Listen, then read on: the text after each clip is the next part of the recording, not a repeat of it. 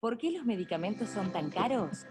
Una de las causas más importantes del aumento exorbitante del precio de los medicamentos son las patentes farmacéuticas. Las patentes generan derechos exclusivos que excluyen a otros de producir, importar o comercializar los productos patentados. Generan monopolios legales por un mínimo de 20 años, eliminan la competencia de precios y privan a la población del acceso a medicamentos esenciales para tratar o curar las enfermedades. Cuando hay necesidades de salud pública, el sistema permite que los estados puedan hacer uso de una salvaguarda de salud importante: las licencias obligatorias, que permiten la producción de versiones genéricas de medicamentos patentados a precios asequibles. ¿Qué es una licencia obligatoria? Es una autorización que emite el Poder Ejecutivo para que una tecnología médica pueda ser producida por terceros sin autorización del titular de la patente, mediante el pago de regalías. En Argentina, la Ley Nacional de Patentes prevé este mecanismo para el caso de una emergencia sanitaria u otras razones de interés público. Al permitir la producción de genéricos, las licencias intervienen en el mercado para garantizar la disminución de los precios y el acceso de la población a tecnologías médicas esenciales que de otra manera serían inaccesibles. Durante la vigencia de una licencia obligatoria, el titular de la patente puede continuar produciendo y comercializando su producto y además se beneficia obteniendo regalías por la venta de versiones genéricas. Por eso ganamos todos. Las licencias obligatorias son una salvaguarda de la salud pública.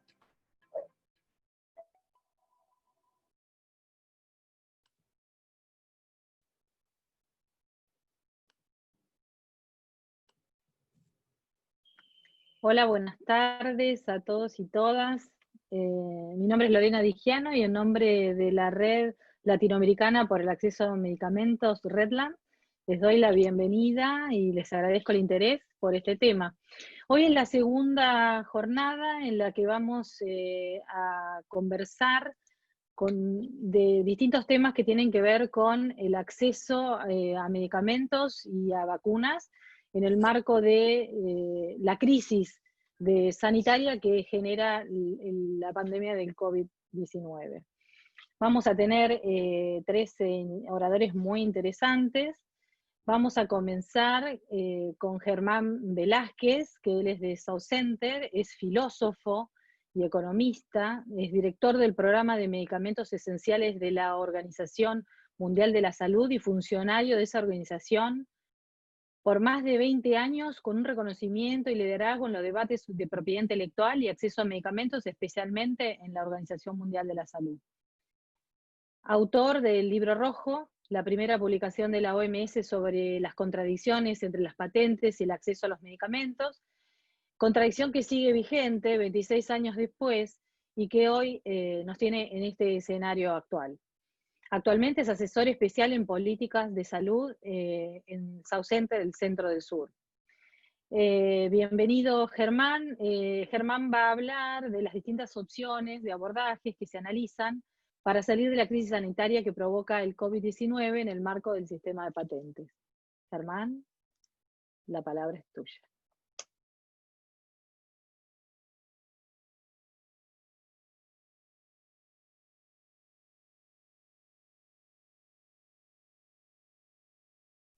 Perdón, vuelvo a empezar, no tenía activado ¿Me oyen ahora bien? ¿Me escuchan?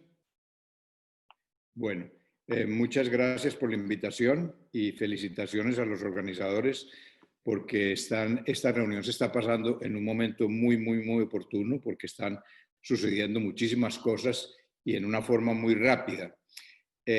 Solo pensando en la semana pasada, el viernes 25 de septiembre, la OMS publicó un documento donde dice que ya hay 160 países que se han unido al COVAX.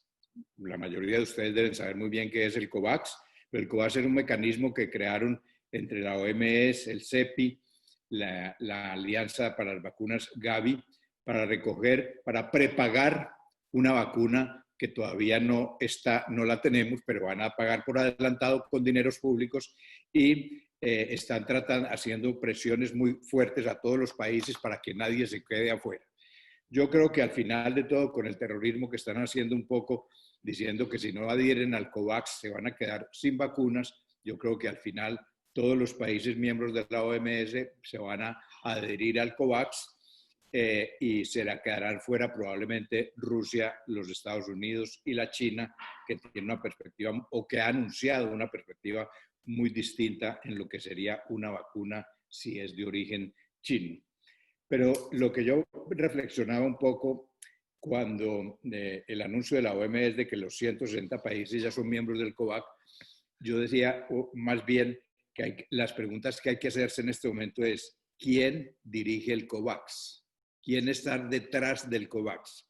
Y detrás del COVAX, si uno mira un poco toda la literatura que se ha producido, bastantes documentos que están produciendo ya desde hace 2 o 3 meses, uno se da cuenta que la Fundación Bill y Melinda Gates es uno de los principales actores y que la Fundación Gavi, que está en manos de la industria en gran parte, de tal manera que el sector público no es el rector de esta iniciativa. Habría que preguntarse también, cuando se habla de COVAX, cuáles son las herramientas o instrumentos para aplicar lo que decide el COVAX a nivel mundial. Eso no existe en este momento porque todo lo del COVAX son recomendaciones de carácter voluntario, de tal manera que mientras hagan unos organismos nuevos, grandes declaraciones de que la vacuna tiene que llegar a todo el mundo, al final lo que va a contar es cuáles son los mecanismos vinculantes para hacer medidas mundiales de carácter obligatorio. Otra cosa que se pueda uno preguntar es ¿y qué pasa entre los compromisos internacionales voluntarios del COVAX y los compromisos o lo que se ha llamado el nacionalismo de las vacunas? Mi país primero, que lo va a decir los Estados Unidos, que lo van a decir los países de Europa Occidental, que lo van a decir el Japón, que lo va a decir Australia, Canadá, van a decir mi país primero.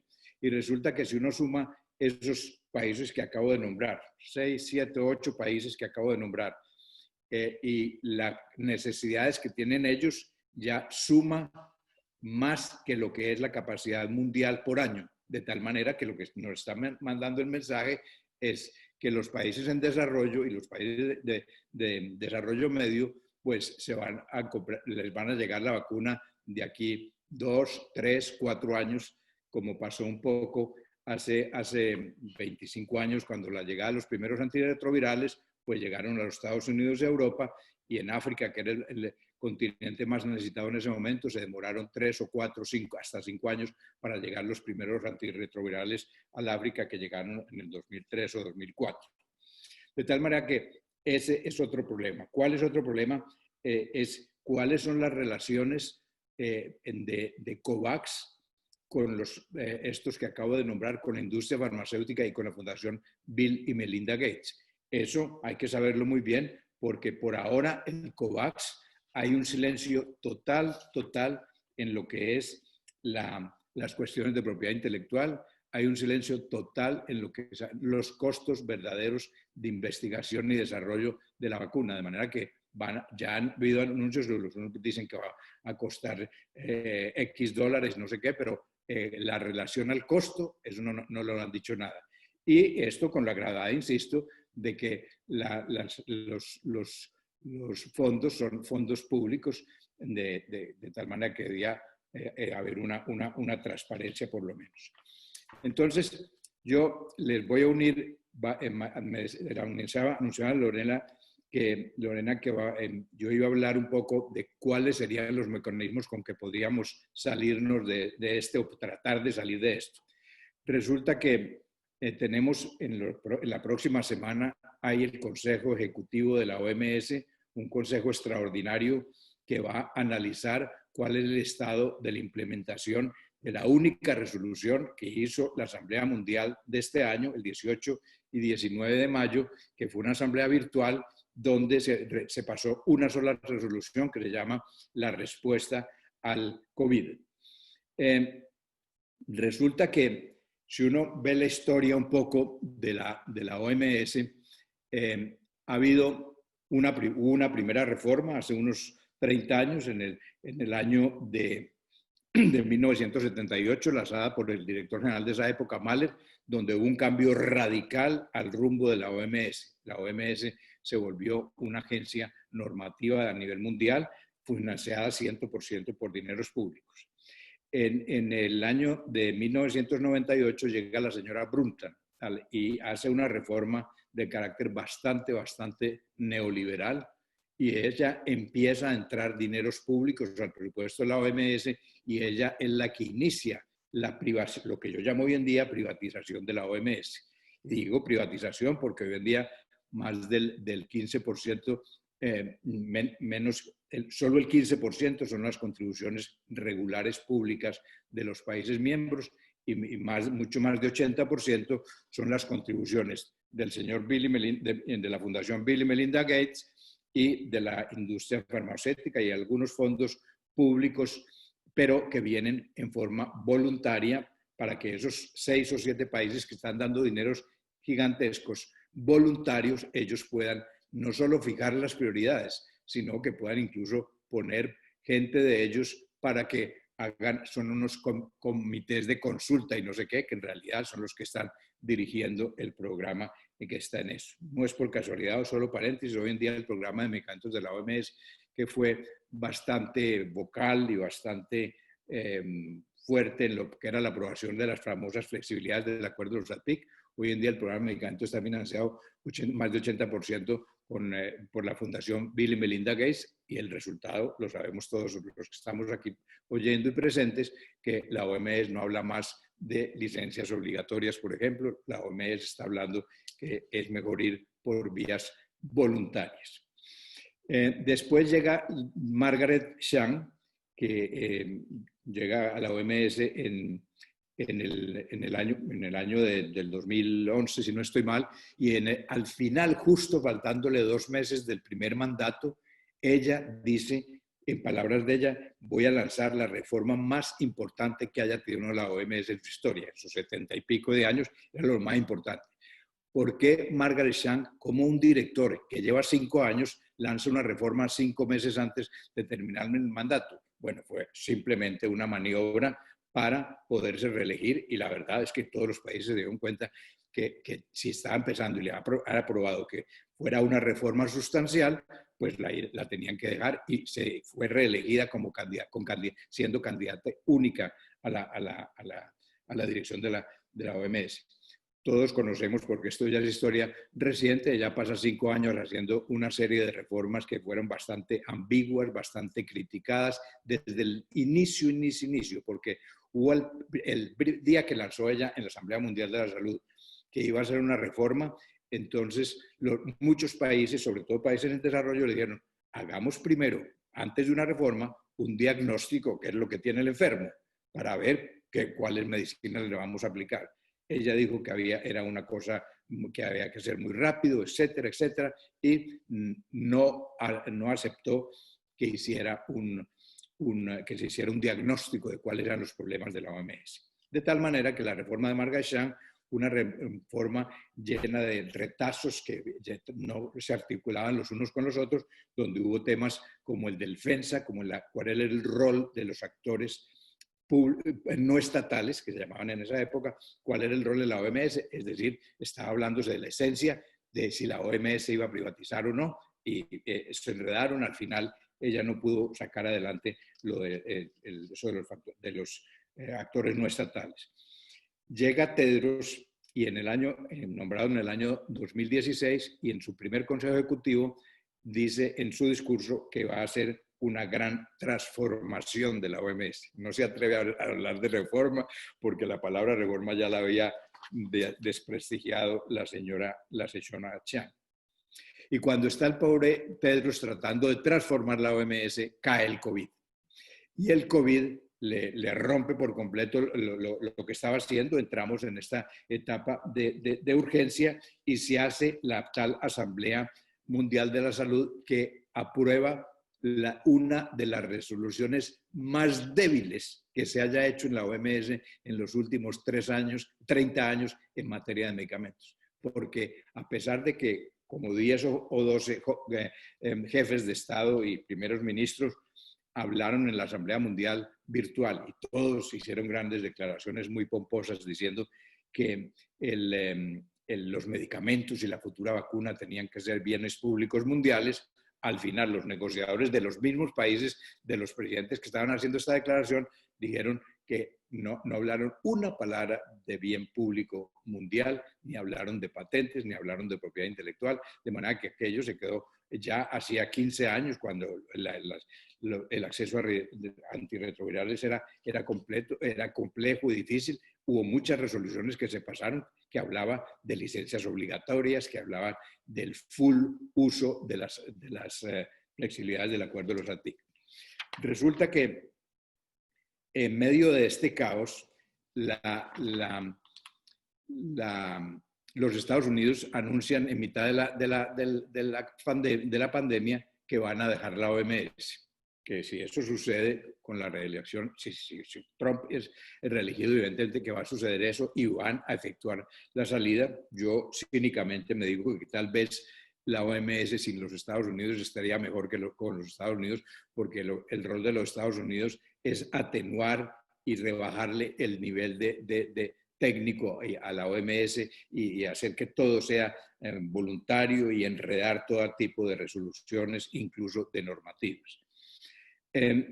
Entonces, en este momento en que la OMS ha sacado recomendaciones en la OMS desde el inicio de la pandemia, yo diría bastante pertinentes, muy serias, muy pensadas, con comités de expertos y con unos técnicos que están haciendo briefings periódicamente de una forma que a mí me parece que está bastante interesante y que es una ruptura con la aproximación que tenía la OMS con los medios de comunicación, que siempre estuvo durante los últimos 30 años defendiéndose. Yo no lo hice, esto.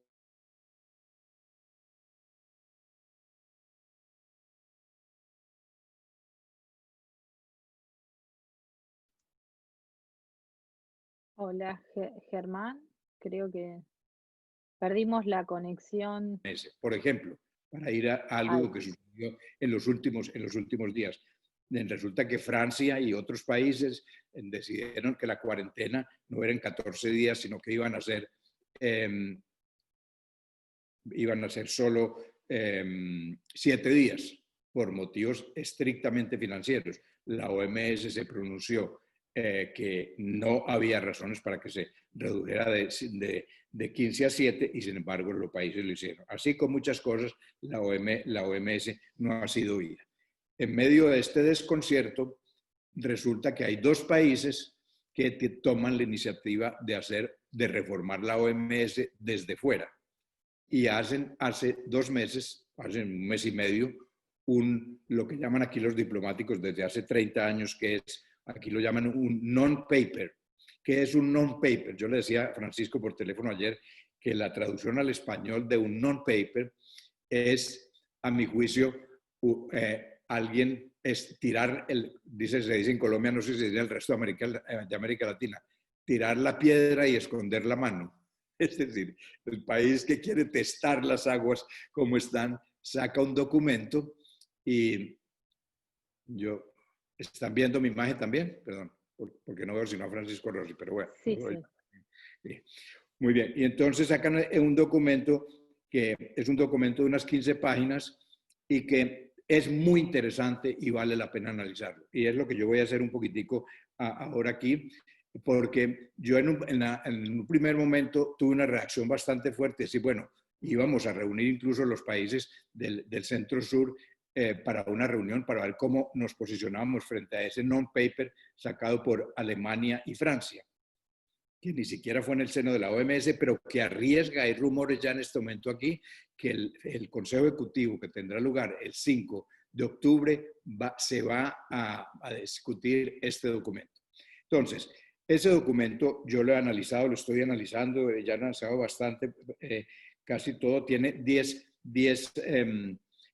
acciones que propone, pero me sorprendió muchísimo que hay muchas cosas que son bastante pertinentes, que seguramente va a ser muy complicado pasarlas, pero que son correctas y van al núcleo del problema.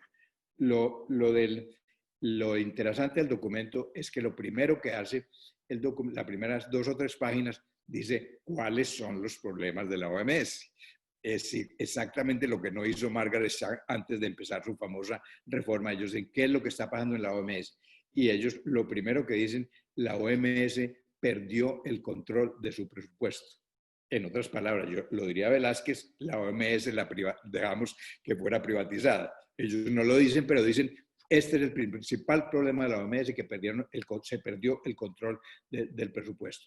Eso yo creo que es una primera idea del papel del paper de los franceses y alemanes, que yo creo que habría que apoyar absolutamente, porque es la primera vez que los países industrializados reconocen que hay un problema. Ellos después un poco, y ahí hay una cosa poco compleja, y dicen que hay que aumentar el presupuesto en la segunda parte.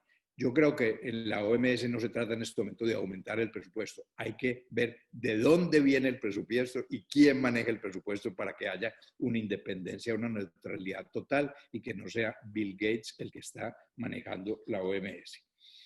Ellos, el non-paper, muy interesante, porque esto no lo hemos visto, sino expresado por las ONGs y académicos, han dicho que la OMS está siendo privatizada y que hoy en día el presupuesto del público regular obligatorio es de menos del 20%. Ese non-paper lo dicen ellos, y lo dicen y lo reconocen y dicen, ese es el principal problema.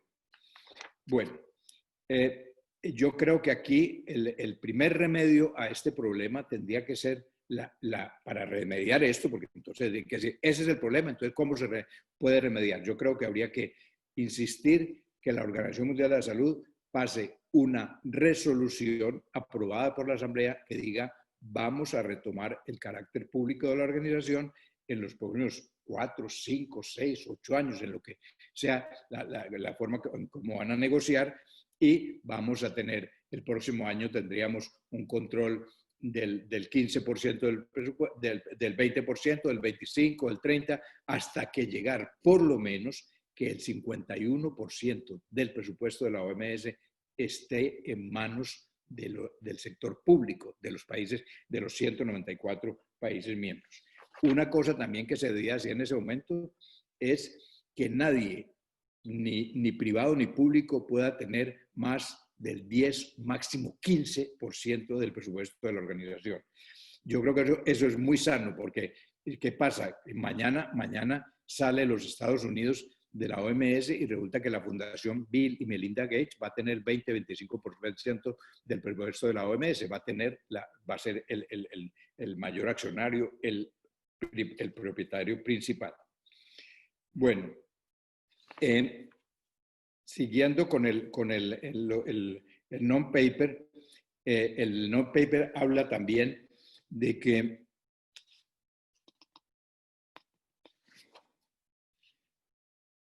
bueno, vamos al problema segundo. El primer problema que les digo de la OMS es el problema que perdió el carácter público y que se privatizó. ¿Cuál es el segundo problema que tiene estructural grave de la OMS a la que cualquier reforma tendría que ir? Es el dilema entre recomendaciones voluntarias o instrumentos vinculantes en materia sanitaria. Entonces ahí una reforma tiene que claramente ver cómo van a manejar esto. ¿Va a seguir la OMS dando recomendaciones voluntarias como sermones de iglesia, o va a utilizar la OMS el artículo 19, que más adelante le leeré qué dice el artículo 19, el artículo 21 y el artículo 22, que son los instrumentos que ya existen en la Constitución redactada ya en 1948, por lo cual la OMS tendría el poder para legislar? Fíjense, la aberración un poco en lo que estamos, y es que se dice que la OMS es el gobierno mundial en salud, pero es un gobierno que no tiene posibilidad de legislar. Entonces, esto es una mentira, y sobre todo en momentos tan graves como el de la COVID, nos hemos dado cuenta que se necesitaba un organismo rector que tenga capacidad de legislar.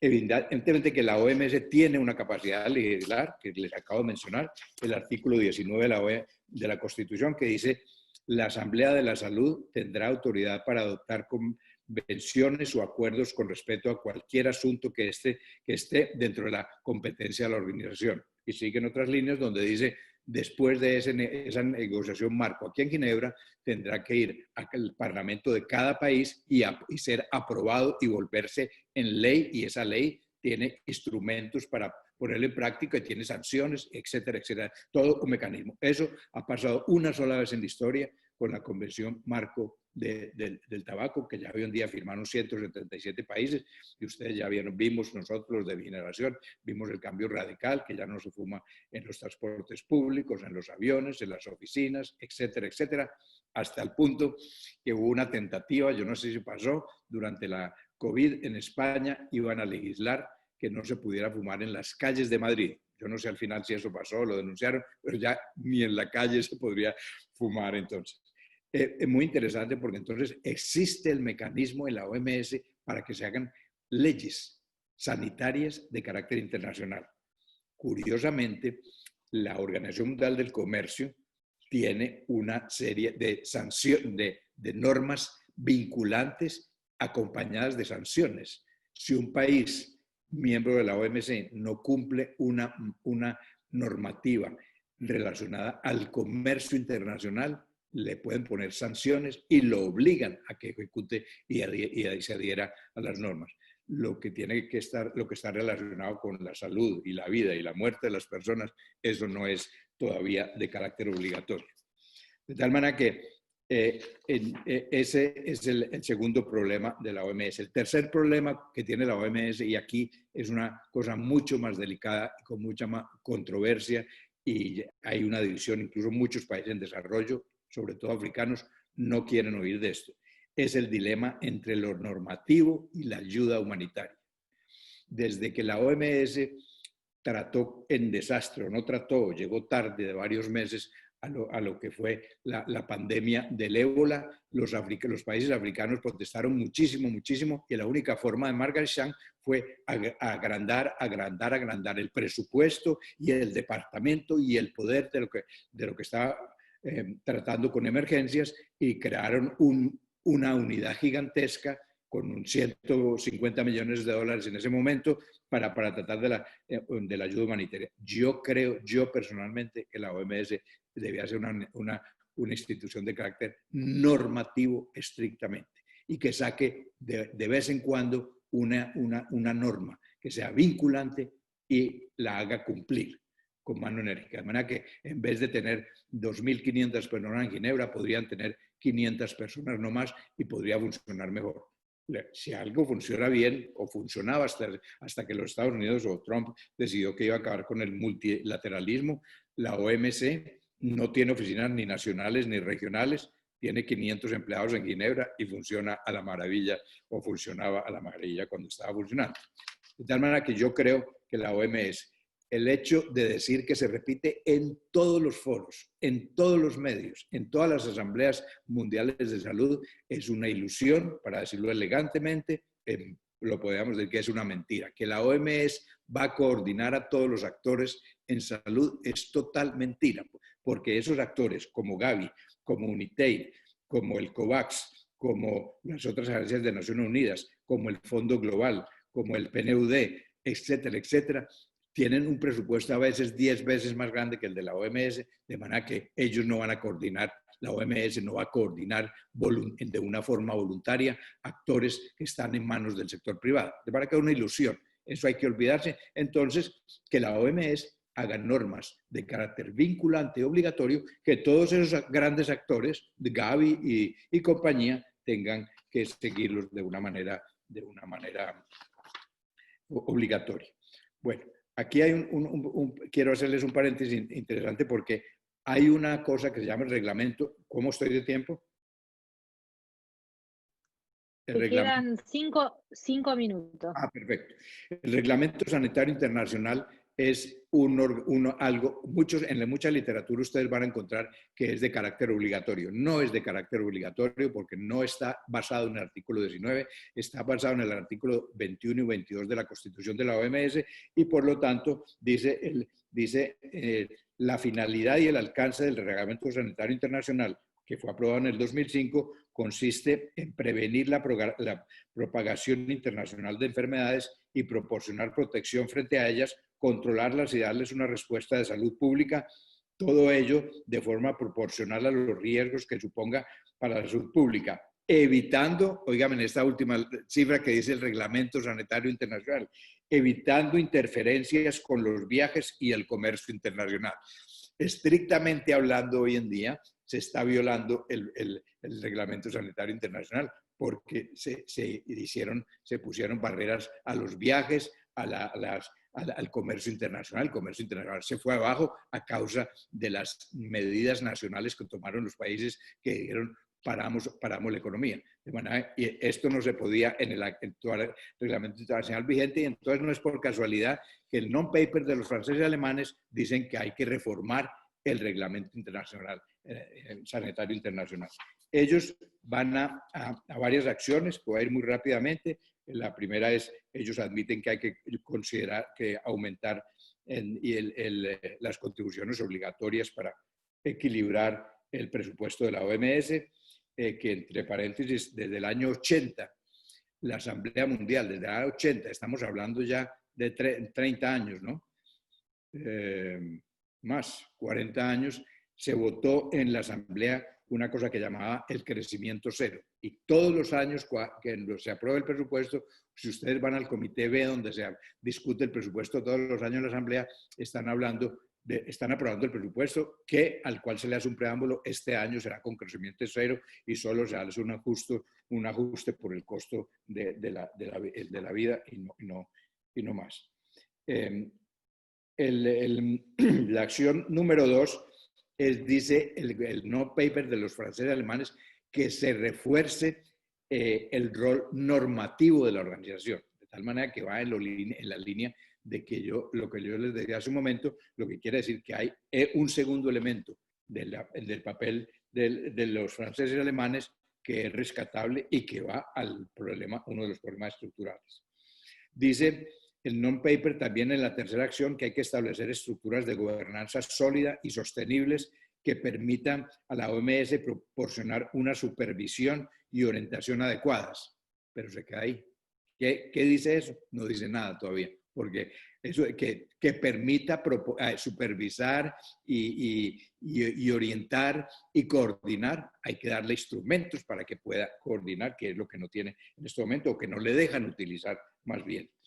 Dice el papel en la acción 8 y 9, porque no me voy a alargar en las otras, dice que habría que reformar lo que llaman el FAKE, que es las Public Health Emergencies of International Concern, que es la declaración máxima de pandemia. Eso fue lo que declaró el 10 de 20 de enero de este año, cuando se declaró el nivel máximo de la pandemia. Ellos dicen que habría que revisar las normas de cómo se declara esto. Y para terminar, es evidente que si se revisan las guías para declarar una pandemia global, el primer componente que debía tener es que cualquier medicamento o bien de salud, instrumento, diagnóstico o futuras vacunas tendría que estar absolutamente en el dominio público en el momento de la declaración de una pandemia, que sea como un preámbulo o una regla para declarar una pandemia de carácter global como la que estamos viendo. Muchísimas gracias. Ya seguiremos hablando en las preguntas y respuestas. Gracias. Gracias, Germán. La verdad que nos dejas más preocupados de lo que estábamos. Ayer estuvimos hablando un poco de la crisis del multilateralismo y la crisis que vemos en estos organismos internacionales. Así que poder analizar pormenorizadamente lo que ha pasado en los últimos años, esto de la tendencia de la privatización de la Organización Mundial de la Salud, que se ve como una de las herramientas de las instituciones que va a traer realmente una respuesta con la cual nos vamos a salvar del COVID-19. También te agradecemos mucho que nos hayas presentado este non-paper que decís, que bueno, vamos a ver si se obtiene algún resultado con este poder de bloqueo que vemos que siempre tiene Estados Unidos en todas estas instancias. Así que para continuar luego tenemos preguntas, Germán, las vamos a pasar para el final, pero hay preguntas que ya los participantes están haciéndote. Pero vamos a continuar con la agenda. Seguidamente vamos a escuchar una presentación de Pedro Villardi. Él va a estar en representación de la campaña global por el Tratado Vinculante mejor sobre... Francisco, ¿no?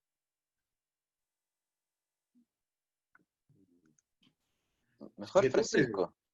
Sí, mejor Francisco. Bueno, Francisco, si estás de acuerdo. Pedro nos está dando vuelta a la agenda. Bueno, entonces vamos a continuar con Francisco Rossi. Él es médico epidemiólogo con experiencia en salud pública internacional, en políticas farmacéuticas y propiedad intelectual en el sector farmacéutico. Fue asesor del Ministerio de Salud de Colombia para la política farmacéutica y para las negociaciones del Tratado de Libre Comercio con los Estados Unidos, Bueno, él fue muchos años presidente de IFARMA y hoy es asesor, o sea, se mantiene en IFARMA y es miembro de la Redland. La consigna para Francisco en el día de hoy, él va a presentar alternativas de manejo de la propiedad intelectual en la crisis de la pandemia de COVID-19, y también nos va a presentar la propuesta de Redland, lo que llamamos la declaración de Redland, para poner fin a la segunda esclavitud. Esto se refiere a las patentes y los medicamentos. Francisco, la palabra es tuya. Gracias, Lorena. Buenas tardes a todos. Siempre un gusto poder participar en una discusión como esta. Tengo un par de diapositivas, a ver si Julia me autoriza a compartir la pantalla, pero pues mientras tanto voy empezando. Ya está. Muy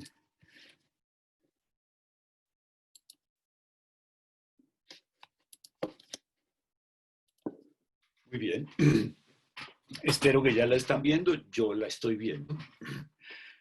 Y a ver, me gustaría empezar por donde Lorena me ha propuesto que inicie, a propósito de las opciones de manejo de la propiedad intelectual que en este momento se están discutiendo en el mundo. Se están discutiendo porque creo que todos estamos razonablemente de acuerdo que se está aplicando una sola, y en esta diapositiva que hay una enunciación de cuáles son estas alternativas, pues aparece como primera la que se ha denominado por varios comentaristas internacionales business as usual, es decir, seguir utilizando el esquema de protección de propiedad intelectual para obtener inversión, para obtener recursos.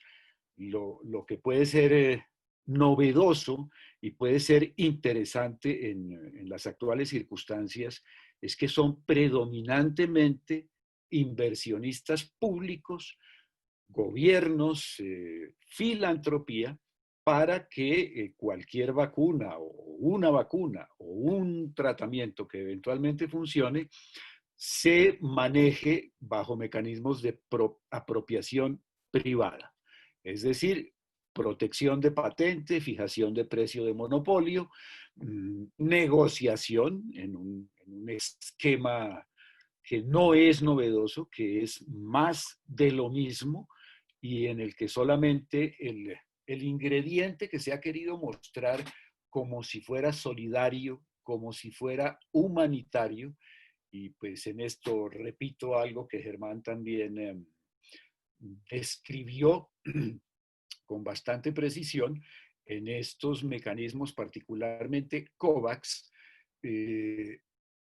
sí, hay un esfuerzo por conseguir aportes públicos, hay un discurso de que este va a ser una búsqueda de que nadie quede atrás y de que esto llegue para todos, pero está funcionando como negocio con lo que ahora se ha dado en denominar la intervención del filántropo capitalismo, del que también hablamos ayer y del que vamos a tener que seguir insistiendo porque poco se cuestiona en los medios de comunicación, digamos que tradicionales.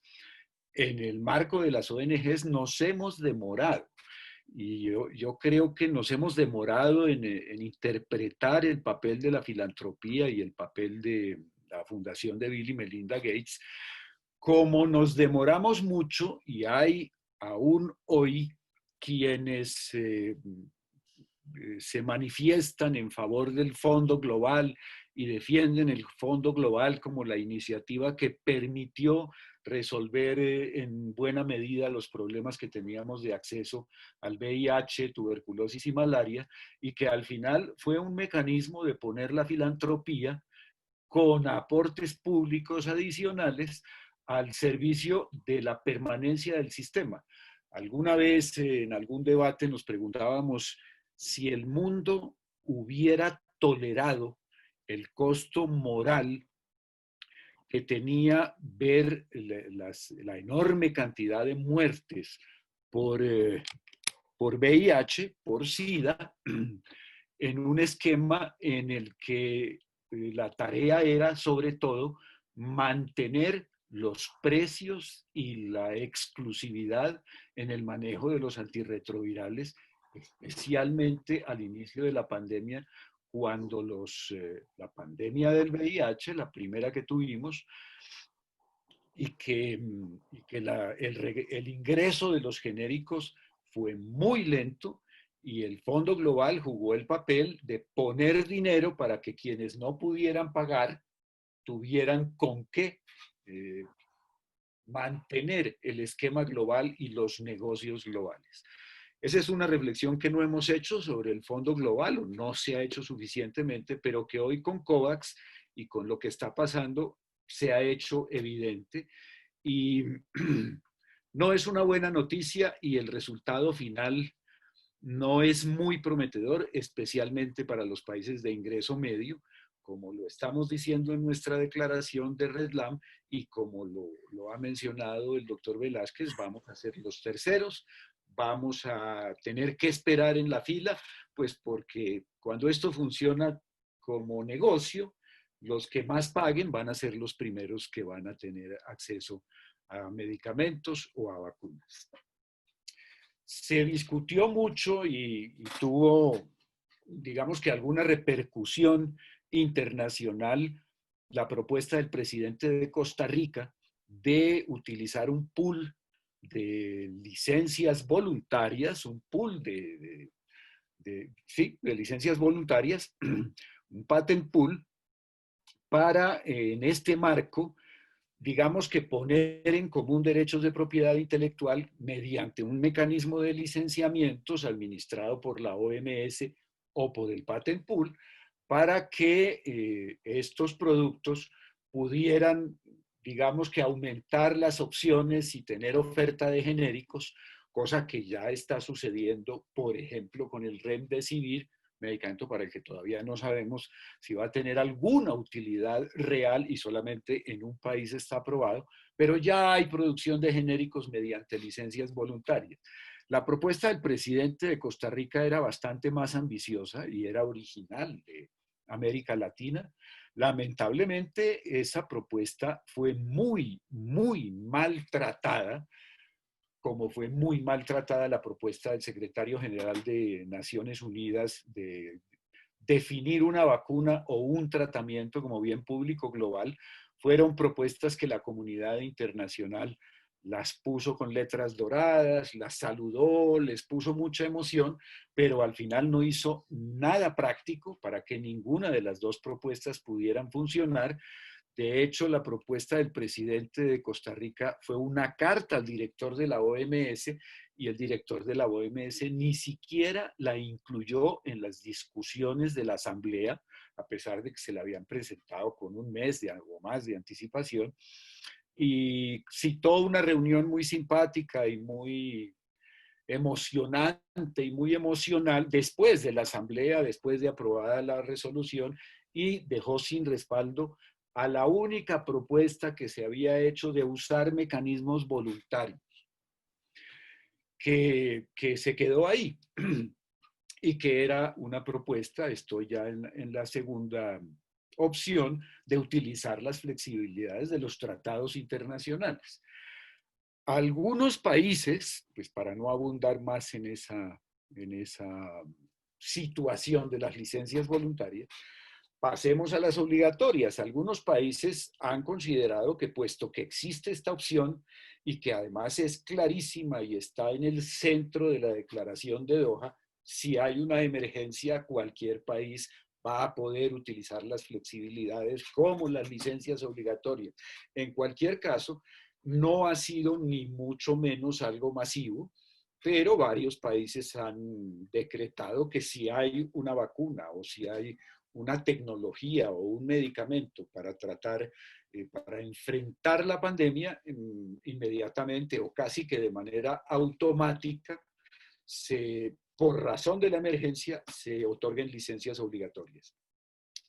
Esto lo ha hecho Alemania, lo hizo efectivamente con un producto Israel, que después resultó que no servía para tanto. Ecuador lo tenía en su legislación, Chile hizo un intento por el estilo.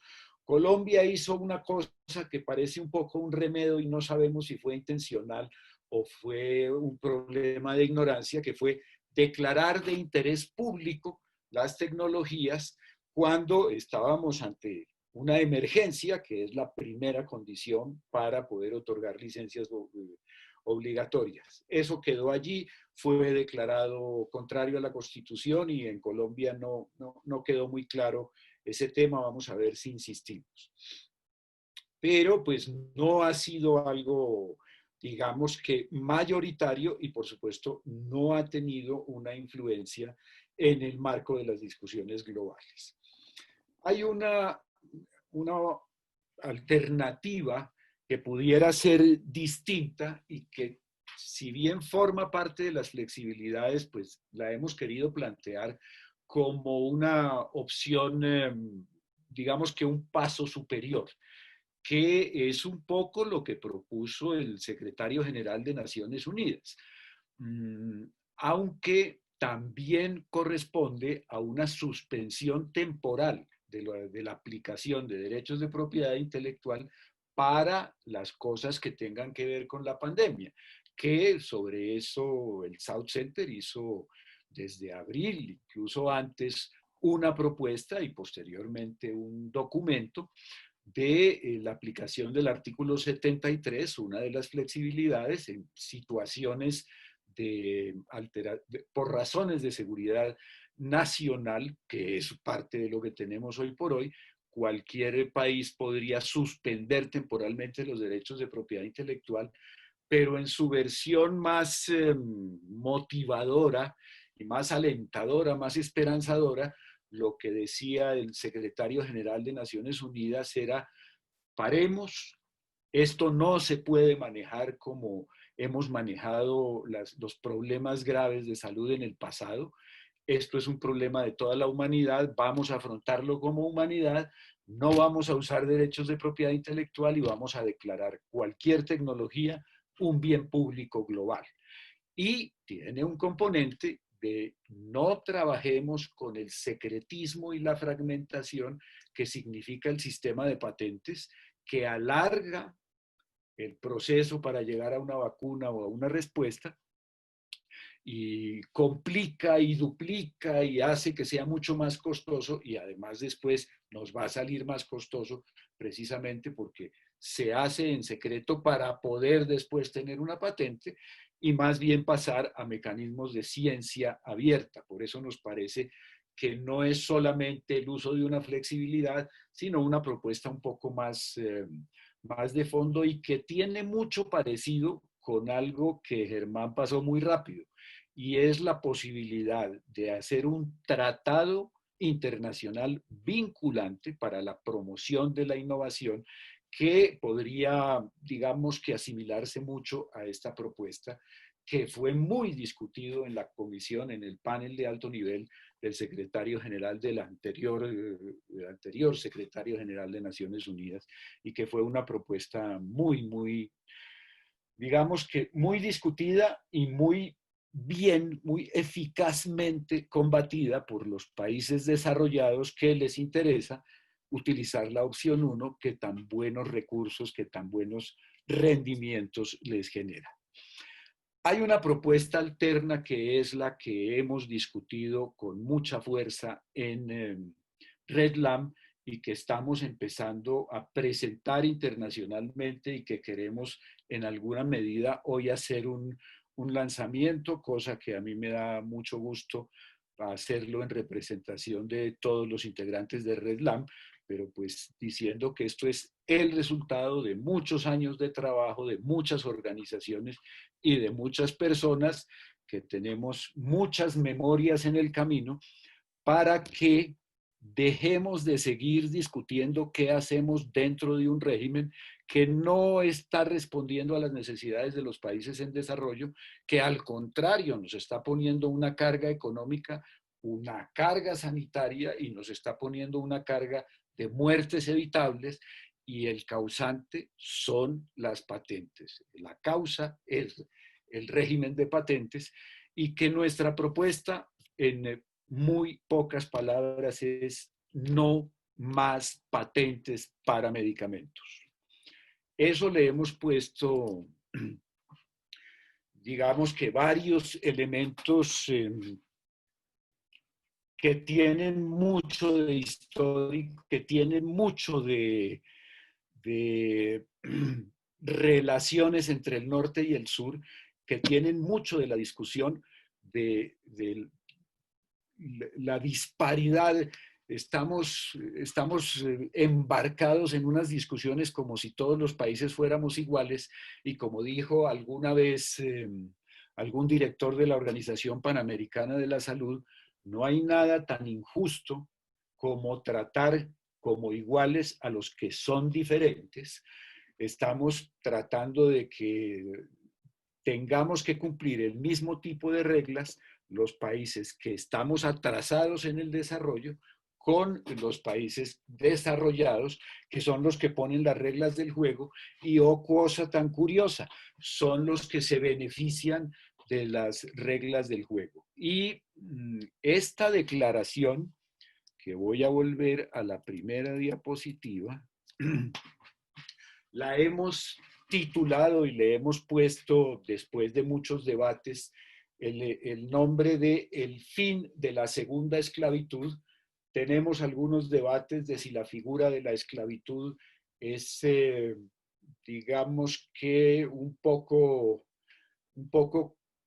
provocadora y puede traer elementos que le resten en vez de sumar a esta diferenciación entre los intereses del norte y del sur, pero esa discusión va a continuar y vamos a seguirla llevando.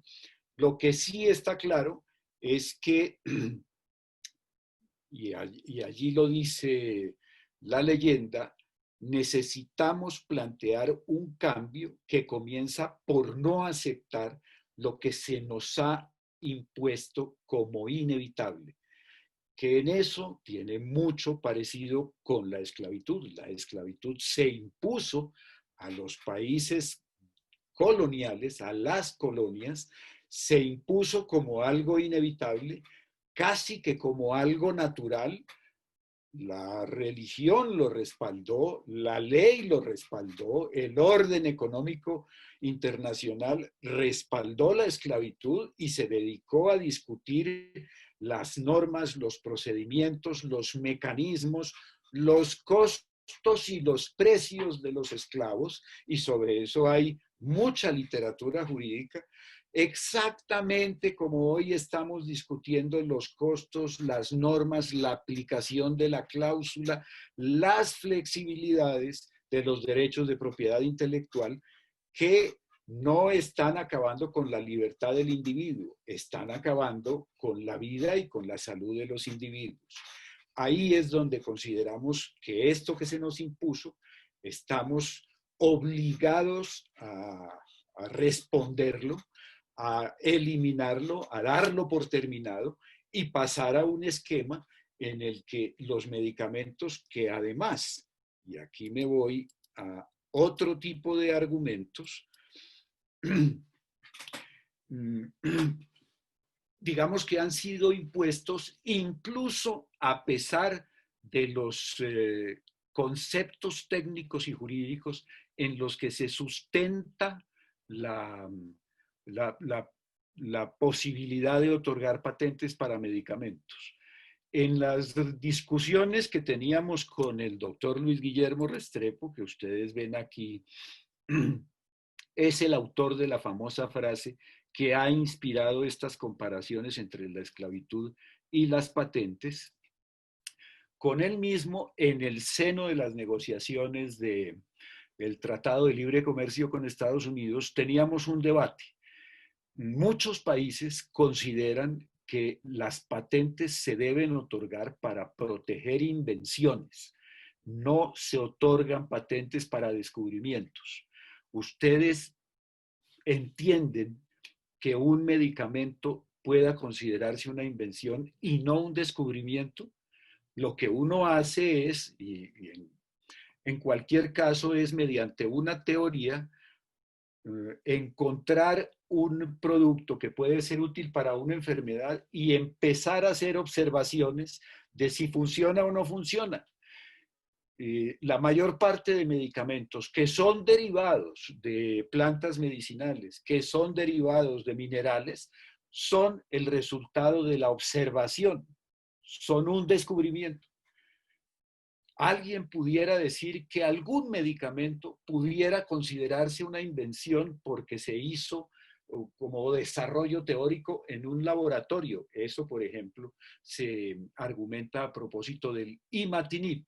Pero nadie puede, después de haber desarrollado totalmente en un laboratorio una molécula que pueda ser útil para el cáncer como el imatinib, conseguir poderlo comercializar sin haber hecho una enorme cantidad de estudios observacionales para que se le pueda dar una autorización de uso en salud. Es decir, termina por ser, a pesar de que sea un invento, termina siendo un descubrimiento. Ese es uno de los argumentos técnicos. El segundo argumento técnico es que la patente se otorga a un inventor, pero no hay, se necesita un personaje que sea un vendedor, que sea un inversionista, se necesita alguien que lo único que esté buscando es dinero para que sea capaz de decir, el imatinib lo descubrí yo, porque para poder hacer el imatinib se necesitaron los trabajos de todos los que estuvieron desarrollando el mapa genético, los que estuvieron desarrollando las investigaciones sobre cáncer, los que estuvieron desarrollando las específicas sobre los linfomas, y me demoraría cualquier cantidad de tiempo para decir que es muy arrogante, para no usar otros términos, decir que el invento lo tiene una persona y esa persona se lo puede licenciar, incluso una universidad, y esa se lo puede licenciar a una empresa que después terminan diciéndole a uno, no, es que el imatinib es una innovación de Laboratorios Novartis de Basilea en Suiza. Y eso es lo que nos dicen. Esa apropiación es para una discusión mucho, mucho más larga. Por eso, y yo creo que ya me estoy acercando al final,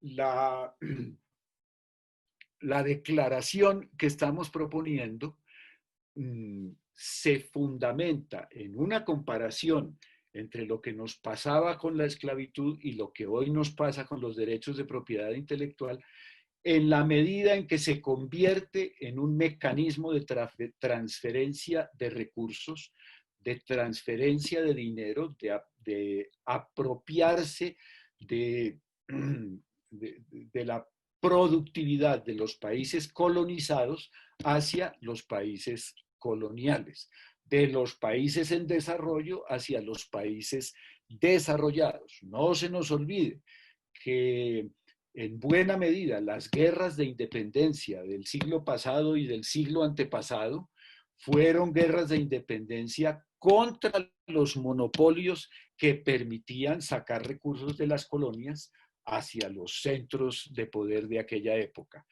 Yo tengo muy claro que las guerras de independencia en Colombia, los gritos de independencia, fueron contra los impuestos al tabaco, al alcohol,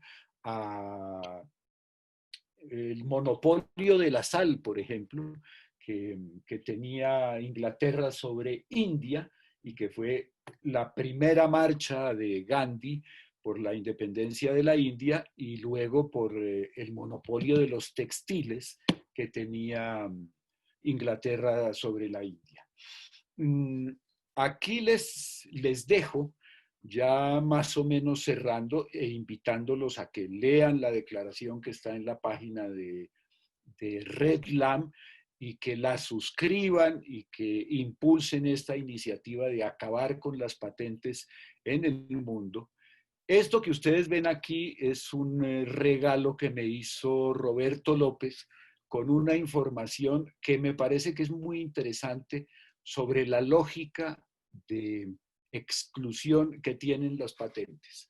Lo que ustedes ven ahí es el púlpito de la iglesia de San Ramón, que si no estoy mal está en Cusco, en el Perú.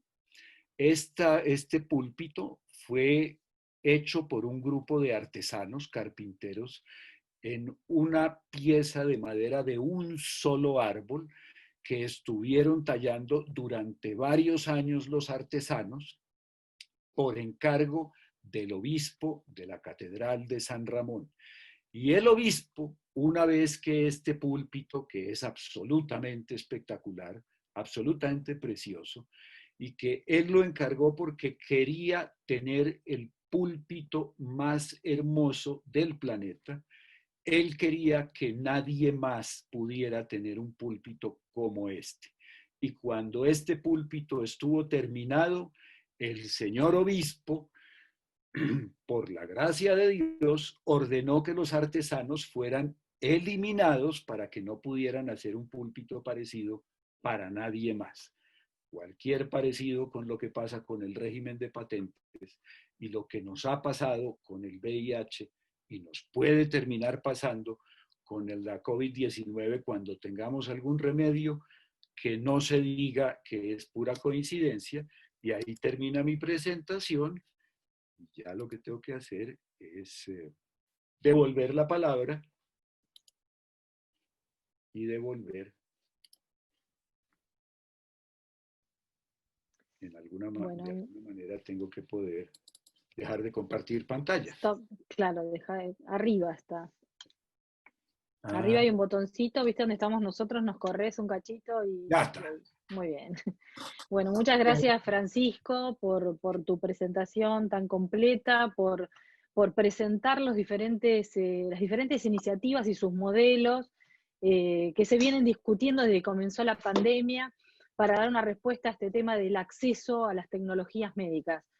Como bien vos decís, hay un grupo de recomendaciones o iniciativas que se quieren basar en un modelo voluntario. ¿Voluntario para quién? Siempre pregunto yo, ¿para quién es voluntario? Es voluntario para las empresas.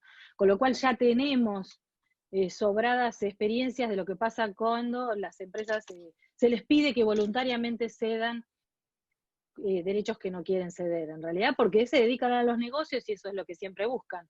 También nos hablaste de aquellas otras iniciativas de utilizar las salvaguardas o las flexibilidades de APIC, ¿no? Como son las licencias obligatorias, y que ha habido avances en diferentes países en este sentido, de adoptar, ¿no?, las licencias obligatorias dentro de la legislación, porque es la única forma de poder usarlas a nivel nacional, pero también de tratar de generar herramientas que faciliten el uso de licencias obligatorias, o como por ejemplo en Brasil, esta promoción de una nueva ley para licencias automáticas. Bueno, pero los que trabajamos, como bien dijiste, Francisco, los que trabajamos este tema del acceso y la propiedad intelectual, sabemos que podemos ir herramienta por herramienta, país por país, producto por producto, pero siempre, o sea, nunca podemos solucionar de fondo realmente la barrera que significa la propiedad intelectual en materia de acceso a medicamentos.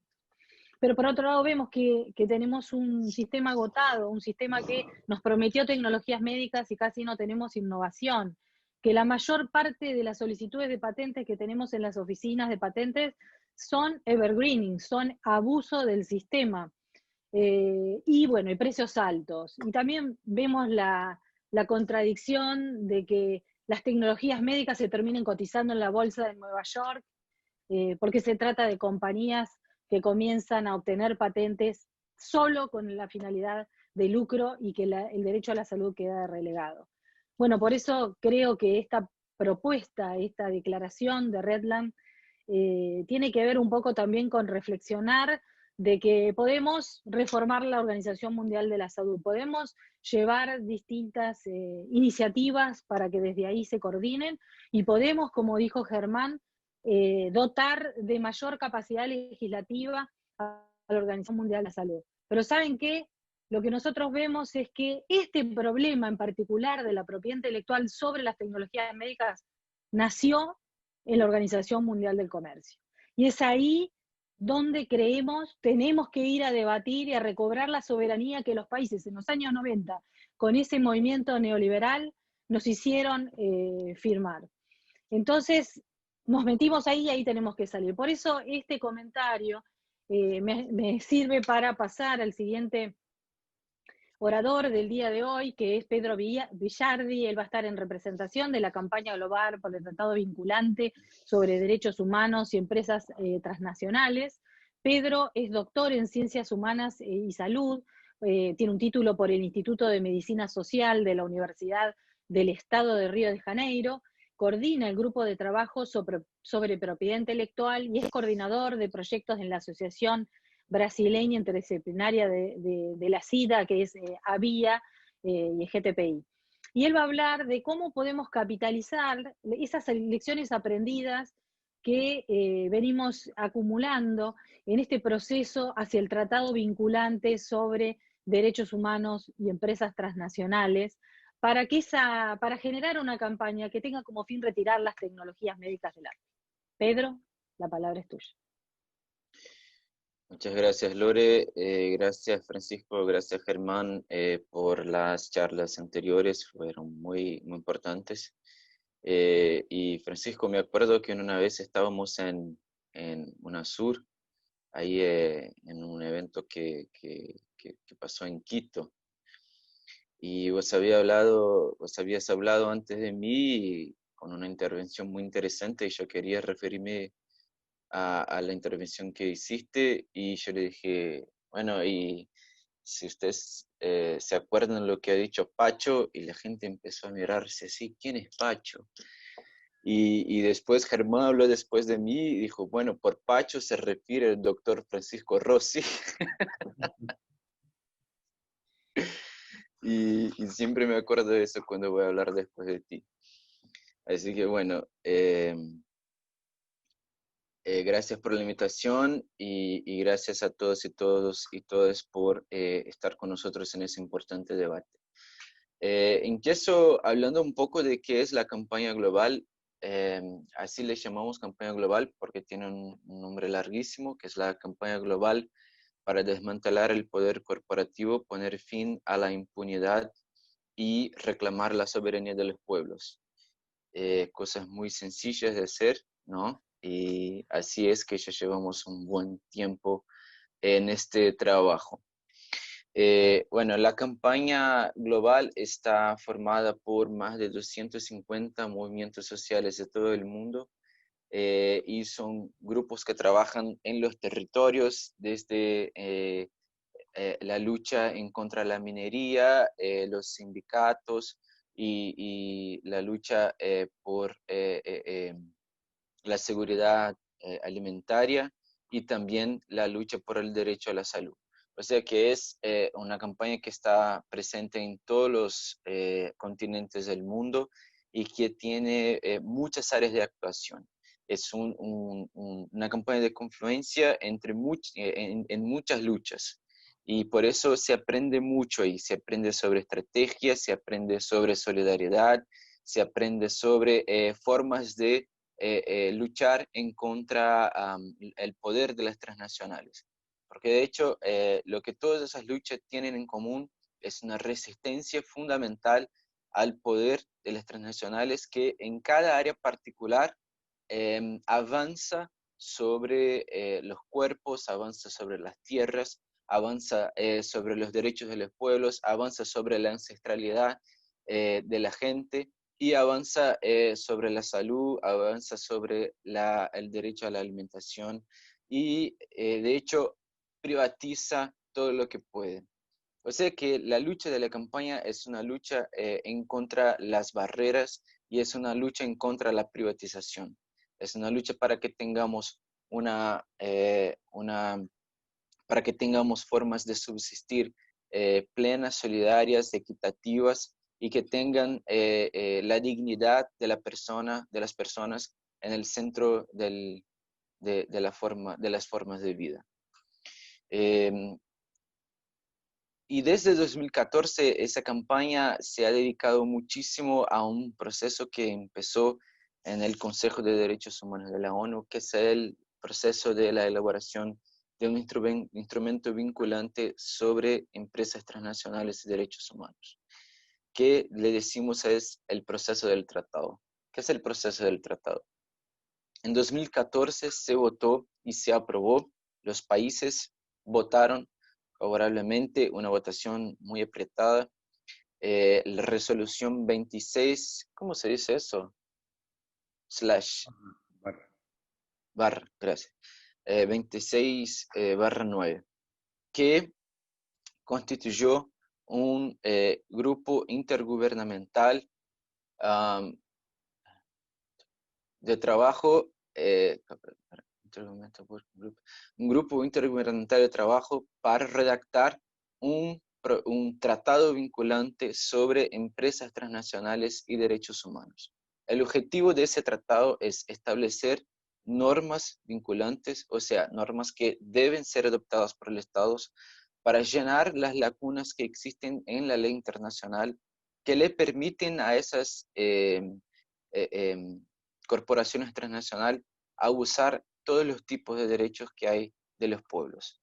O sea, que le permites, por ejemplo, a Chevron devastar la Amazonía de Ecuador y salir impune, que le permite a Philip Morris hacer lo que hizo en Uruguay, que le permite a un montón de corporaciones que violan los derechos humanos de muchos pueblos en muchos lugares del mundo y bajo un velo corporativo escapan de sus responsabilidades.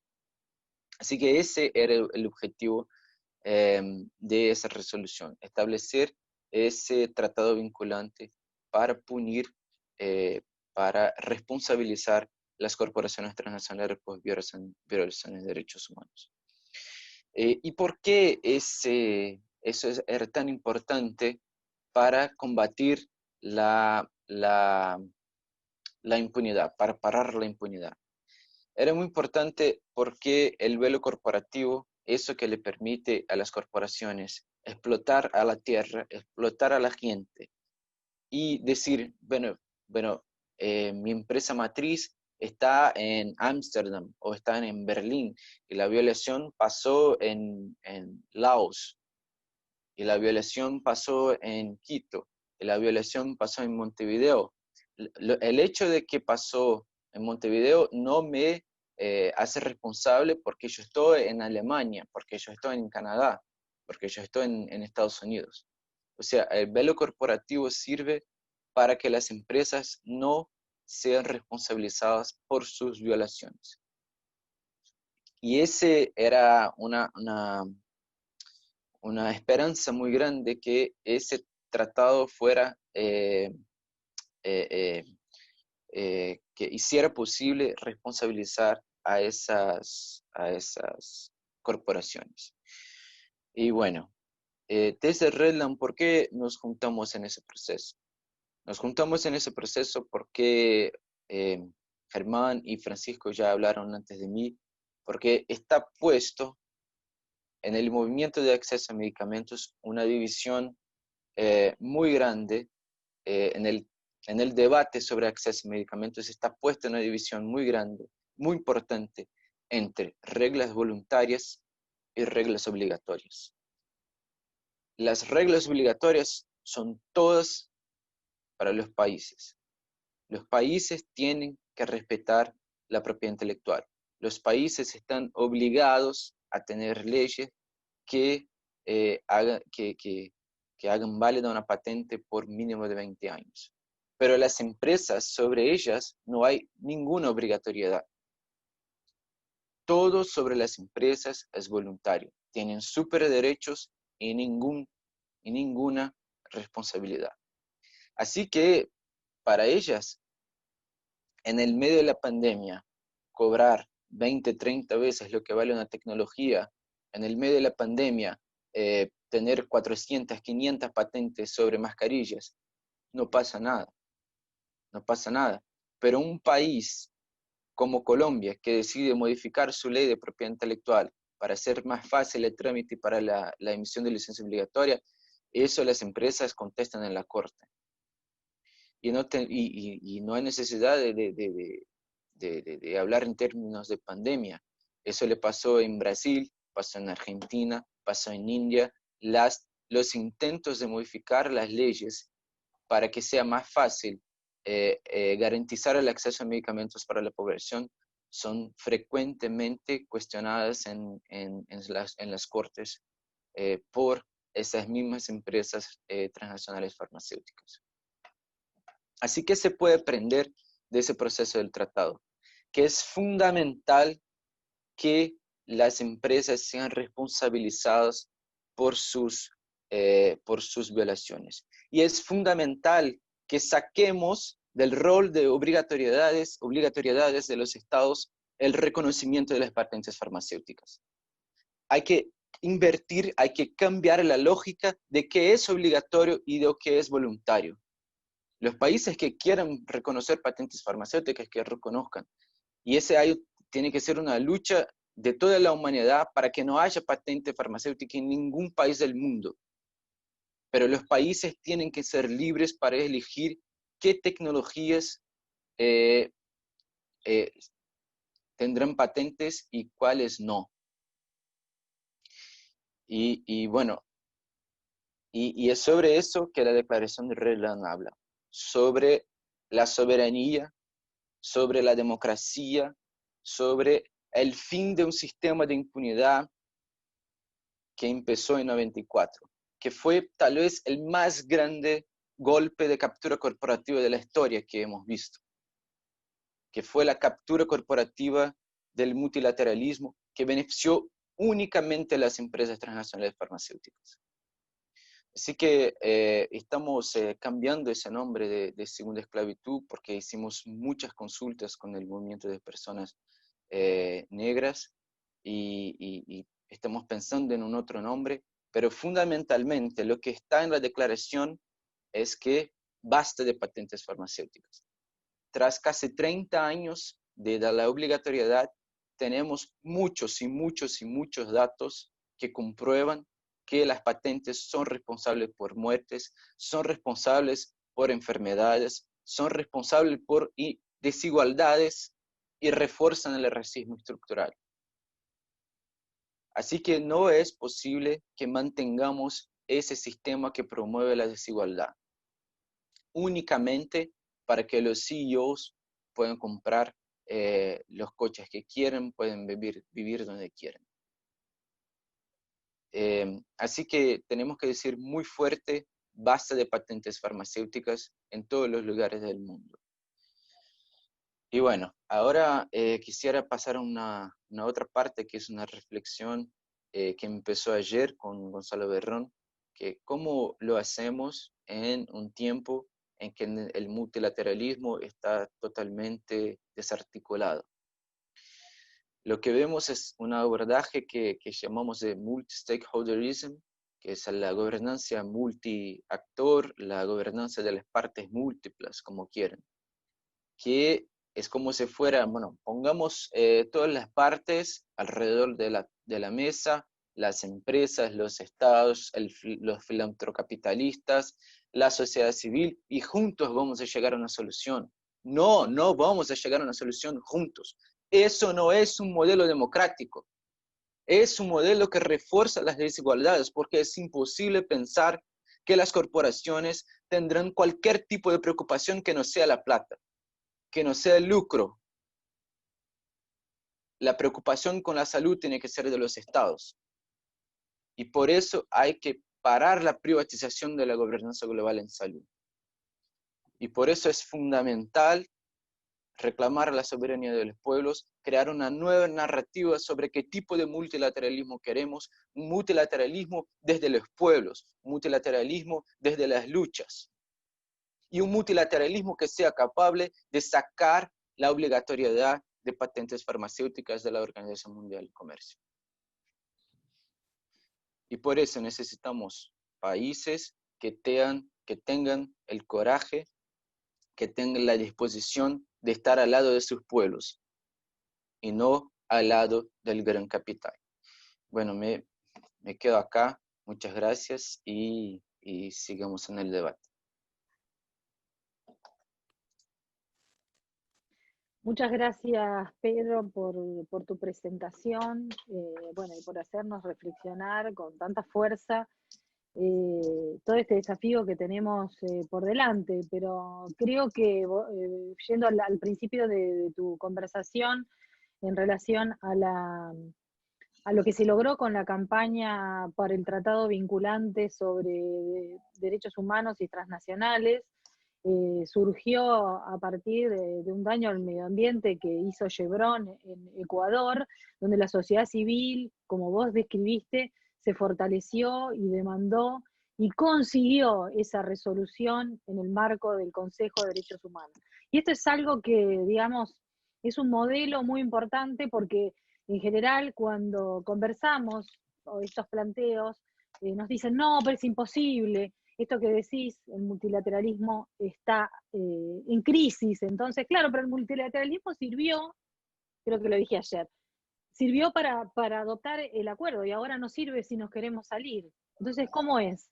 ¿Cómo es el tema? Esto hay que solucionarlo y bueno, esperamos, como vos decís, el compromiso de los estados, que bueno, ya hemos iniciado algunas conversaciones y entendemos que ven que es un desafío muy grande, que se juegan otras cuestiones también, que un país solo no puede ir a la OMC y hacer estos planteos porque, bueno, después puede sufrir represalias de todo tipo. Y bueno, entonces por eso creemos que el comienzo, esto surgió en Latinoamérica, nosotros la Redlam somos una red latinoamericana que estamos presentando esto a nuestros socios también de la sociedad civil para que todos hagamos fuerza y podamos hablar con nuestros gobiernos y se vuelva a lograr una unión regional, un bloque regional, como supo haber en otros momentos en la historia, para poder reclamar, es algo de largo plazo, pero tenemos que decirlo y tenemos que ver que este sea el objetivo y que todas las acciones que nos propongamos van a ir tendiendo hacia ese objetivo. Bueno, ahora vamos a tener unos minutos de diálogo, porque esto es un diálogo político, y tenemos algunas preguntas que han llegado al chat para los diferentes oradores. Así que, bueno, tenemos preguntas para Germán. Hay una pregunta de Diego Russo que dice, quisiera preguntarle a Germán si considera que Estados Unidos está trazando nuevas reglas de juego globales de cooperación y financiamiento a partir de su retiro de la OMS y la instalación de un funcionario de Trump en el Banco Interamericano de Desarrollo por primera vez en la historia. Esa es una pregunta. Yo quisiera hacerte todas, y vos vas tomando nota, Germán, y organizándote, después las respondés todas juntas. Otra pregunta de Mayra Vázquez, estimado Germán, un saludo caluroso.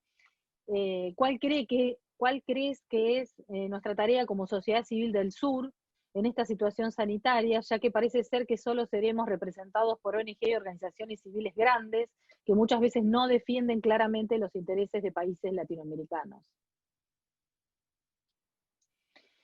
Hay otra pregunta de Roberto López para Germán. ¿Se puede acceder al non-paper de Alemania y Francia?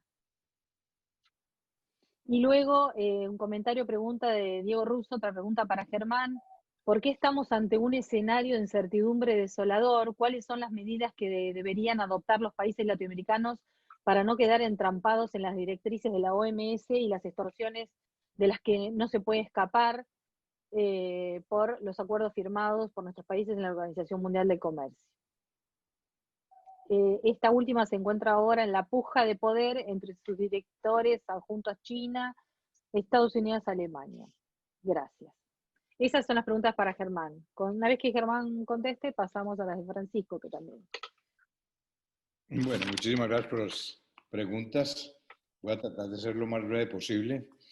Empezaría tal vez con una frase que a mí me gusta mucho, que es de Martin Luther King, que dice que la historia es una cadena de hechos que nos prueba que aquellos que tienen los privilegios jamás los han cedido voluntariamente. Pongamos eso como base de lo que voy a responder ahora. Si los Estados Unidos realmente hay una movida muy fuerte de esta administración del gobierno americano contra el multilateralismo.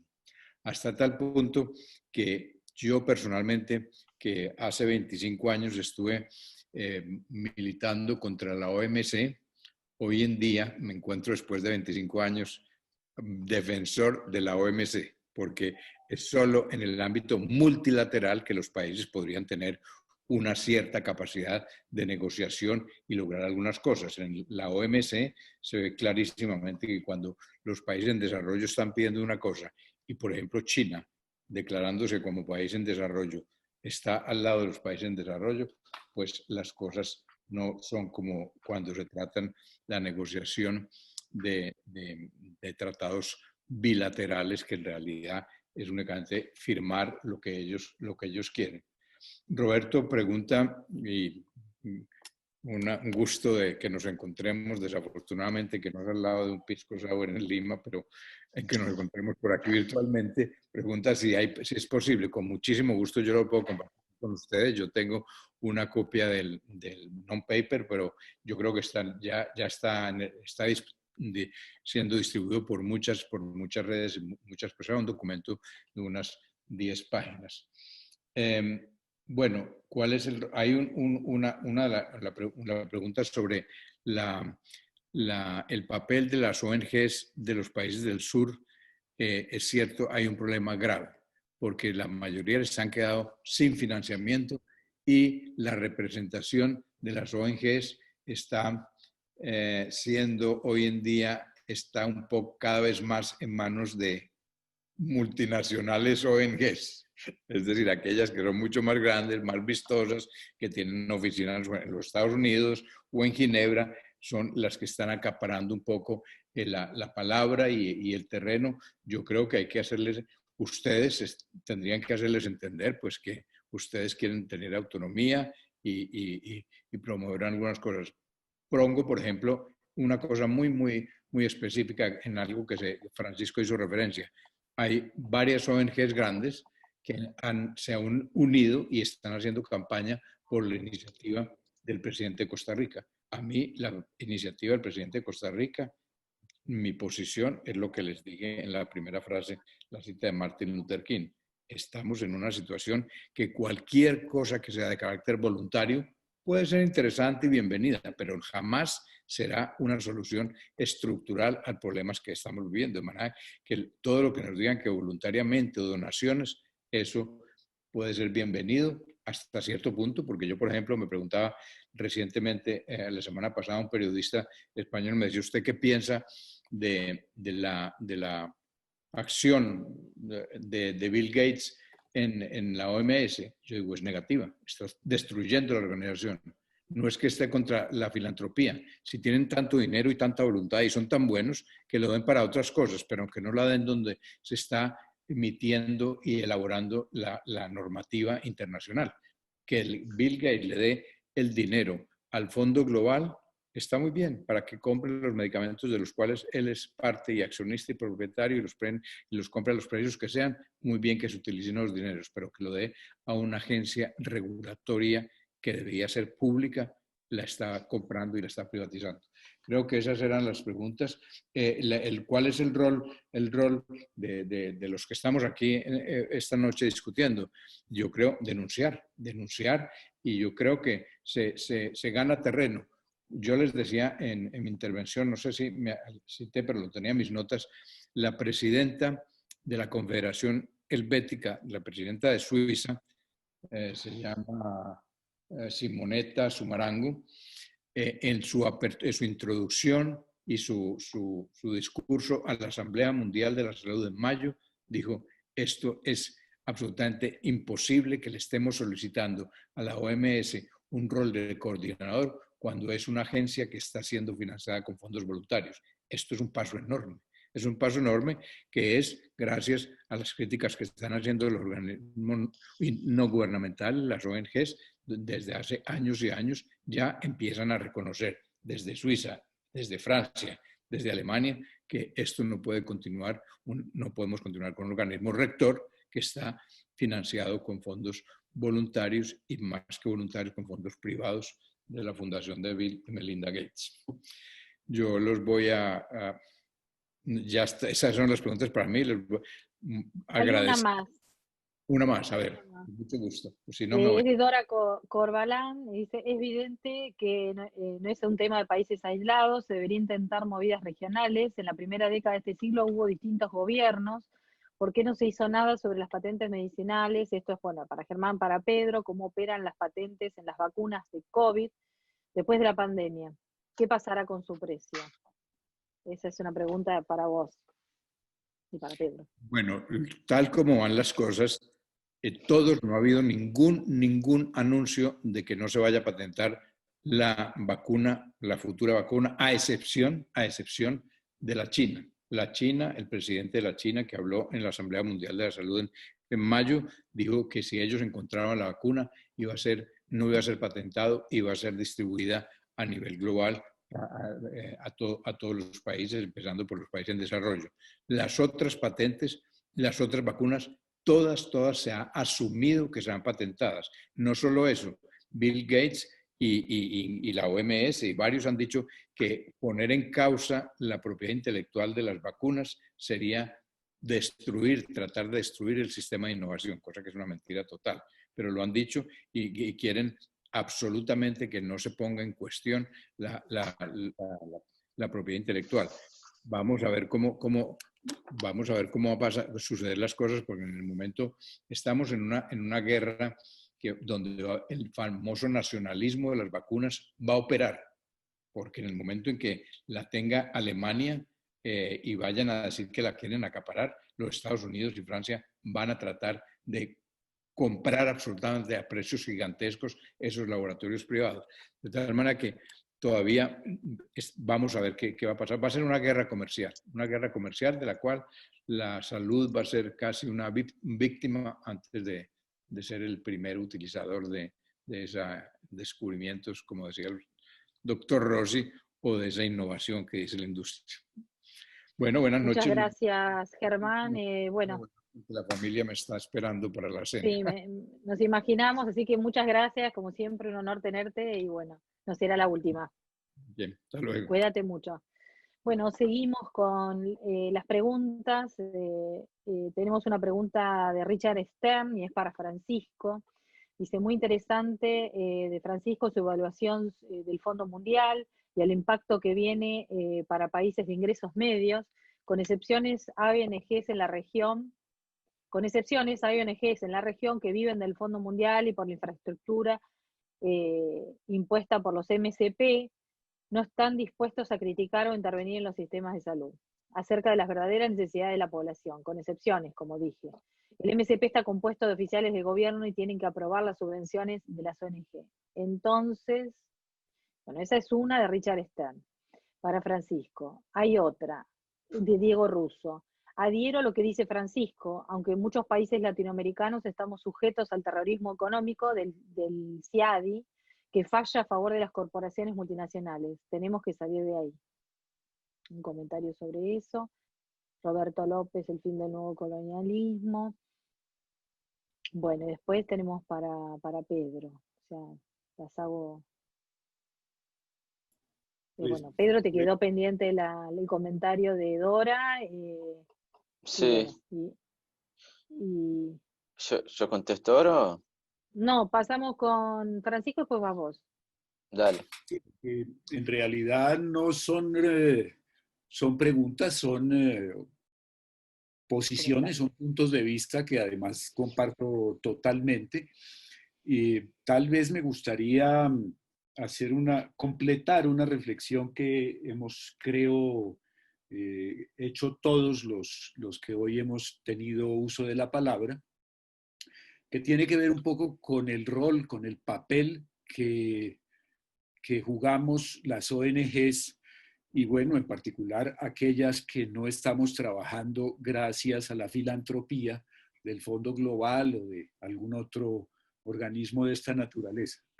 Los que tratamos de sobrevivir a partir de las presentaciones a los llamados para propuestas. Y es que finalmente el multilateralismo no es cosa distinta que la participación de los gobiernos de todos los países del mundo en los debates sobre el futuro de las relaciones entre los países del mundo. Pero son los gobiernos. Y lo que hemos ido aprendiendo y la razón por la cual, de hecho, muchos de nosotros hemos estado en el gobierno, hemos salido del gobierno, mucha gente de las ONGs va al gobierno y regresa, algunos no regresan, pero pues digamos que hay allí una interacción, es que hay un interés por el interés público, hay una decisión de trabajar por el interés público en los gobiernos, es su razón de ser, el interés público, y en las ONGs que nacen para la defensa del interés público, pero el problema es que los gobiernos tienen que hacer demasiadas transacciones, demasiados acuerdos, demasiadas concesiones y tienen que manejar demasiadas presiones y demasiadas variables. La razón de ser de las ONGs es que no tenemos compromisos con nadie, no estamos obligados a hacer ningún tipo de concesión y lo que hacemos tiene que ver con una defensa simple y llana del interés público y de los intereses de los ciudadanos sin mediaciones entre relaciones de gobiernos y por eso en muchos de los escenarios multilaterales se crea un espacio para las ONGs para que llamen la atención sobre el fondo, la razón de ser de muchos de los acuerdos a los que se ha llegado dentro del marco del multilateralismo. Uno de los esfuerzos en el relato de Germán, aparece, yo lo quería resaltar, es que durante mucho tiempo se han hecho esfuerzos para evitar la participación de las organizaciones de sociedad civil en las discusiones que pertenecen a los gobiernos. Los que han ido a las reuniones de cualquier organismo de Naciones Unidas saben muy bien de que hay reuniones a las cuales no es posible ingresar o se impide o incluso hemos tenido casos en reuniones de las que nos sacan a las organizaciones de sociedad civil porque los gobiernos no quieren que se escuche cuál es su postura ni de qué manera hacen este tipo de negociaciones. Y eso hace que tengamos una tarea que hacer y que, bueno, tengamos que permanecer en esta postura de crítica en estos temas de las patentes y del tratado internacional en contra de las multinacionales. Bueno, gracias. Ahora vamos con Pedro. Teníamos pendiente, bueno, esta pregunta que también se hizo para Germán. ¿Cómo operan las patentes en las vacunas COVID después de la pandemia? ¿Qué pasará con su precio? Diego Russo, gracias Pedro por tu disertación. Me encantó tu vehemencia y a modo de estallido. Parece que estás motivando, Pedro.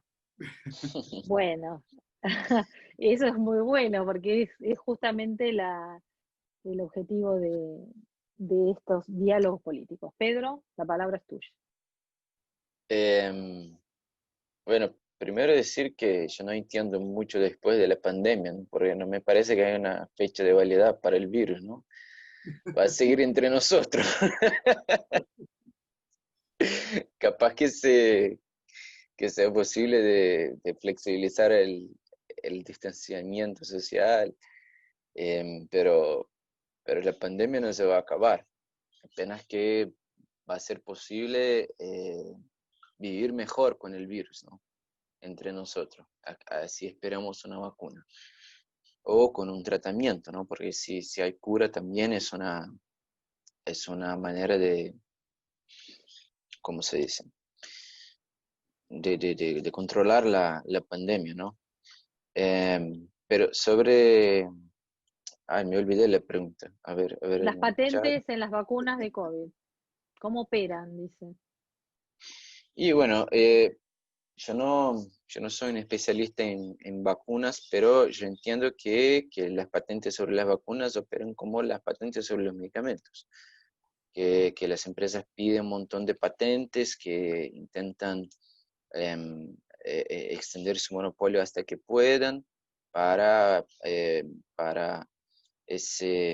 cobrar precios muy altos, lo más alto que puedan. Entiendo que es que pasa así. Y sobre el velo corporativo de las farmacéuticas, bueno, me parece que estamos en un momento de hegemonía neoliberal, que cada día las empresas tienen más poder, ¿no? Y estamos muy desarticulados en cuanto a movimiento social. Hubo una victoria importante en Argentina, pero la ola rosada que fue en los 2000, 2010, cuando nuestros países de América Latina estuvieron bajo gobiernos de centro izquierda, por así decir, me parece que estamos un poco lejos de eso. Así que los gobiernos que tenemos son gobiernos muy cercanos a las corporaciones y que cada vez más tienen más poder y más recursos financieros y políticos. Así que me parece que es un momento de organizarnos eh, y pensar nuevas narrativas, nuevas estrategias para hacer frente a una lucha muy dura, ¿no? Es una lucha muy, muy, muy dura que tenemos que delante de nosotros, pero lo que hemos visto compartiendo con los compañeros de la campaña global es que hay muchas luchas muy duras y que eso no es no es razón para no lucharlas, ¿no? Al revés, si la lucha es dura tenemos que organizarnos y tenemos que llenarnos de solidaridad y esperanza para hacerle frente. Y me parece que la lucha contra las farmacéuticas así es dura, hace mucho tiempo que estamos en eso y llegó un momento de decir basta, llegó un momento de decir no más patentes farmacéuticas, no más ese instrumento de eliminación en masa de las personas, ese instrumento que enferma a la gente, que mata a la gente. Es necesario tener un sistema de innovación basado en la necesidad en salud, basado en la garantía de los derechos y no más en la búsqueda sin freno por el lucro. Bueno, Dora, no sé si contesté tu pregunta, pero podemos seguir charlando igual. Bueno, gracias Pedro. Sí, bueno, es una lucha que es difícil, pero no por eso tenemos que bajar los brazos y perder los objetivos, porque además si no lo hacemos nosotros, ¿quién lo va a hacer? Y también una reflexión, no confundirnos cuando uno ve estos modelos que tienden a lo voluntario por parte de las empresas, no confundirnos, porque eso es para mantener el status quo. Ya lo hemos aprendido y bueno, y no nos van a engañar. Así que, bueno, con esto ya dar fin a nuestra jornada de hoy, bastante puntuales a pesar de que comenzamos un poquito más tarde por problemas técnicos, les pedimos disculpas. Esta charla, estos diálogos políticos están siendo publicados en vivo por Facebook y también están siendo grabados y van a ser publicados, y a todos aquellos que por ahí se anotaron, porque había muchos más de los que estamos hoy acá, le vamos a mandar, que dejaron sus mails, vamos a mandarlo por mail y también lo vamos a difundir por distintos medios. Así que también que recomienden a sus colegas que no pudieron vernos, que va a estar online. Así que bueno, agradecerles a todos los presentadores, a Francisco, a Pedro, bueno, a Germán, a Julia por habernos estado asistiendo todo este tiempo, a Yusef, bueno, a todas las personas que estuvieron colaborando en la red. La red latinoamericana es una, que me olvidé decirlo al principio, es una red regional de organizaciones que colaboramos en materia de trabajo y contribuciones para mejorar el acceso a los medicamentos y a los insumos, a las tecnologías médicas, y tenemos AVIA de Brasil, Fundación GEP de Argentina, y Pharma en Colombia, y Acción Internacional para la Salud en Perú. Estos somos los miembros que hemos estado promoviendo. Así que bueno, muchas gracias y nos vemos, espero nos veamos pronto, y por supuesto están invitados a visitar la página, que está ahí en el chat, la página de Redland, para apoyar las declaraciones, que están en 3 idiomas. Así que bueno, con esto cerramos. Muchas gracias.